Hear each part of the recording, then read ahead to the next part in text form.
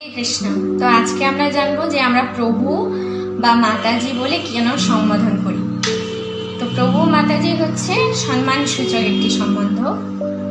তো এমনি এমনি আমরা এগুলো বলে থাকি না, আমরা আমাদের সোসাইটিতে আমাদের আন্তর্জাতিক কৃষ্ণ ভাবনামৃতের সঙ্গে যতজন প্রচার করে, যেভাবেই প্রচার করে, কেউ ভিত্তিহীনভাবে প্রচার করেন না। এগুলো সবই শ্রী চৈতন্য মহাপ্রভুর শিক্ষা।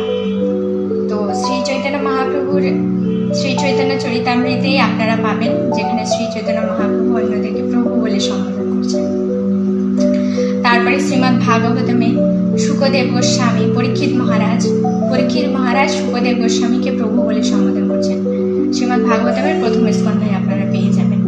যুধিষ্ঠির মহারাজ ভীষ্মদেবকে প্রভু বলে সম্বোধন করছেন। ভীষ্মদেব যুধিষ্ঠির মহারাজকে প্রভু বলে সম্বোধন করছেন। যুধিষ্ঠির মহারাজ ধৃতরাষ্ট্রকে প্রভু বলে সম্বোধন করছেন। আবার বিদুর এবং যুধিষ্ঠির মহারাজ প্রভু বলে সম্বোধন করছেন। তো এইভাবে প্রথম স্কন্ধেই আপনারা অনেকগুলো উদাহরণ পেয়ে যাবেন যে এখানে একজন অন্যজনকে প্রভু বলে সম্বোধন করছেন। আবার হচ্ছে নারদ মুনি তার নিজের শিষ্য কৃষ্ণদ্বৈপায়ন বেদব্যাস, নারদ মুনি কৃষ্ণদ্বৈপায়ন বেদব্যাসকে প্রভু বলে সম্বোধন করছেন। তারপরে মাতা দেবকী কংস, যিনি একজন অসুর ছিলেন, তবুও তিনি তাকে প্রভু বলে সম্বোধন করছেন। তো এরকম বহু বহু দৃষ্টান্ত রয়েছে যেখানে একজন আরেকজনকে প্রভু বলে সম্বোধন করছেন। তো এগুলো সমস্ত শাস্ত্রীয় উদাহরণ, অনেক রয়েছে, তার মধ্যে মাত্র কয়েকটাই বললাম।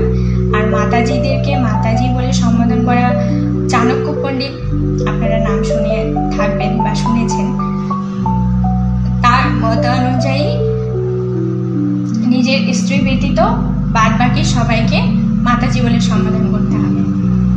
এগুলোই হচ্ছে যথাযথ ব্যক্তির লক্ষণ, ভদ্রচিত ব্যক্তির লক্ষণ। এখন এটা প্রশ্ন হতে পারে যে তাহলে প্রভুরা নিজের স্ত্রীকে কেন মাতাজি বলবে না?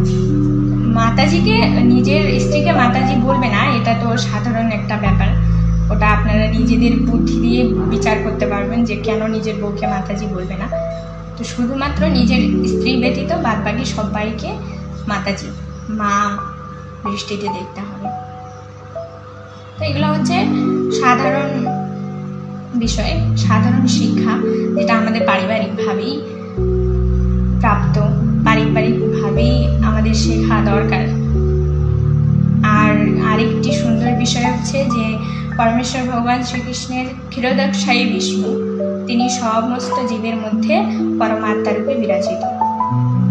তো একদিক থেকে আমরা একজন আরেকজনকে সম্বোধন করার সময়